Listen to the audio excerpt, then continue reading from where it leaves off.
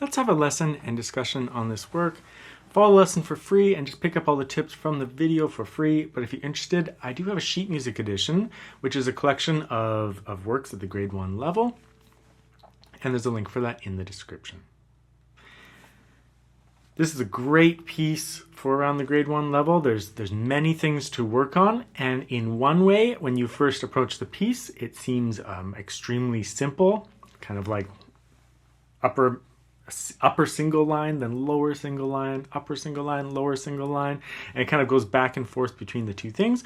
But along the way, there's a number of things to work on. Everything from working on your legato phrasing, just like your nice musical shaping, and the voice exchanges, of course. Also, there's a number of slurs, so ascending slurs or hammer-ons in guitar lingo. As well as hammer-ons followed by pull-offs.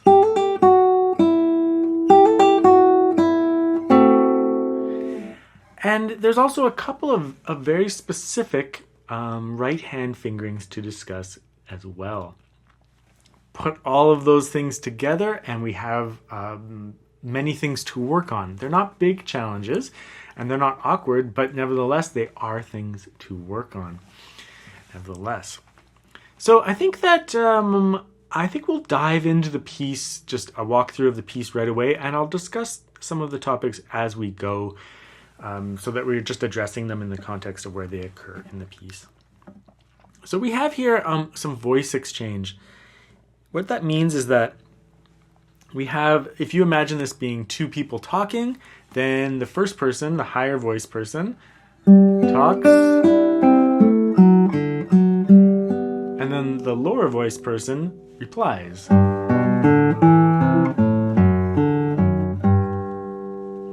So what we'll do is we'll play the upper voice person with I am alternation. And the lower voice person all with the thumb, just to keep those two voices clear and separated.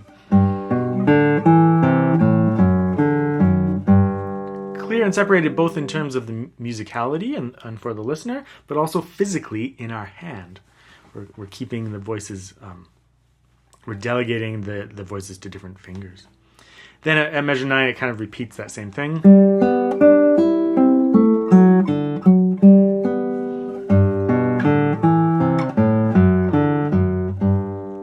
Then the upper voice adds some slurs to the mix. So if you've worked on the pieces in my grade 1 repertoire lessons, then you'll be familiar with slurs already. But nevertheless, the first one is a hammer-on, so B, a C. When you're warming up with the piece, just like create a little exercise from it. Just remember to be close to the fret and your fingers just coming down with a snapping motion, a light snapping motion. You don't have to push hard.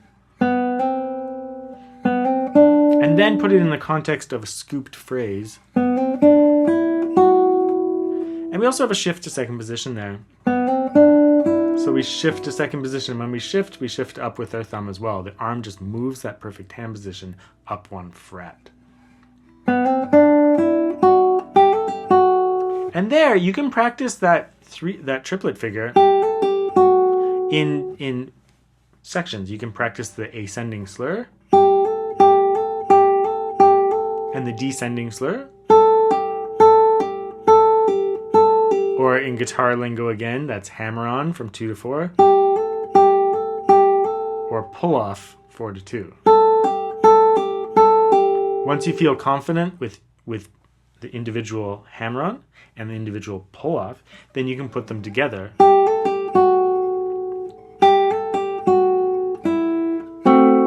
Followed by that chord.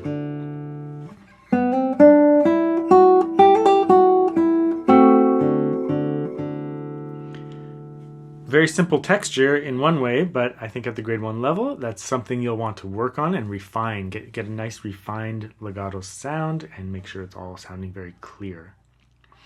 When you work on your ascending slurs, your hammer-ons, you want a snappy motion right down into the fret, close to the fret. When you're working on your descending pull-offs, think of it as this finger plucking the string. So even if I didn't play it with my right hand at all, you can create the sound by plucking. That's how you get a nice clear slur.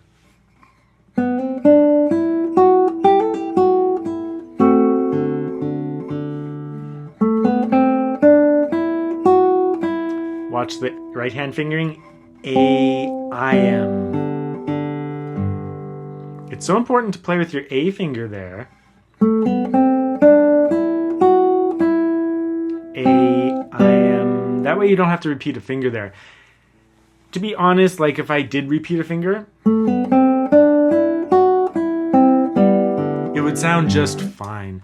But this is a really great opportunity to work on this kind of fingering concept of not repeating a finger, because later on in your development, when you're playing more advanced pieces, they might be too fast and repeating a finger will cause a hiccup in the music. So it's a great opportunity right now to follow an advanced fingering on a very simple piece so that you don't later on encounter this kind of stuff.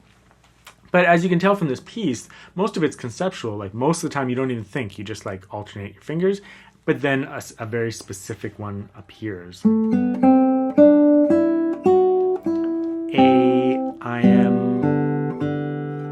That little G there, just don't play it loud. It's not part of the melody, it's just accompaniment.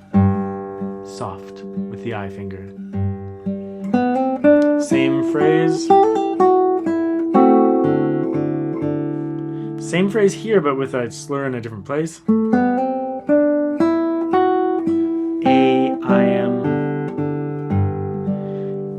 Make sure you start this next phrase with the M finger and then the I finger on measure 33. I've worked it out that if you alternate your fingers, you're going to end up in the correct place. So I am, I am, I am, I am, I am, I am, I am, I am, A, I am, A, I, P. It might seem complicated, but it's really not, because if you just start on the correct finger, if you start with M and then followed by I, and you just play through it, you just like a scale, you're alternating those fingers.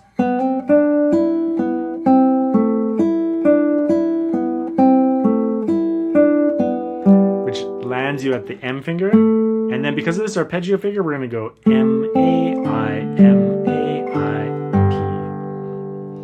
If you find that hard to follow, you take those two measures there and you practice them in isolation.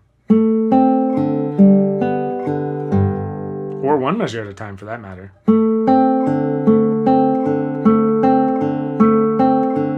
Until your right hand understands the pattern and does it naturally without you thinking about it.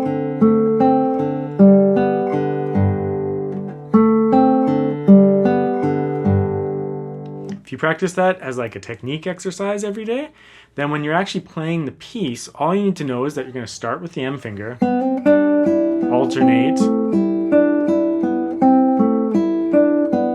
M, muscle memory will take care of the rest. You don't even have to think about it. Usually when you look at your fingering, right hand fingering in pieces like this, it's all about just starting with a certain finger, applying a concept, and then looking at little tiny bubbles that you'll have to practice. So, 80 to 90% of the piece is just concept fingering. You just kind of play through it without thinking. And then the other parts, you just practice a little bit. Then the last phrase is a repeat.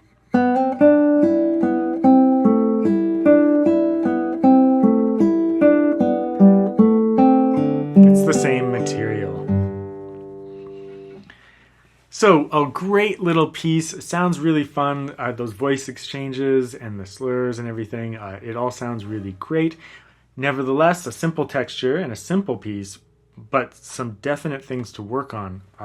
If you're at the grade 1 level, then you've got slurs to work on for sure. You're going to definitely want to clean those up. You're going to work on your legato phrasing and your voice exchanges. And then there's some right hand fingering to also focus on. So although it seems very simple, plenty to work on and to enjoy working out in your practice sessions.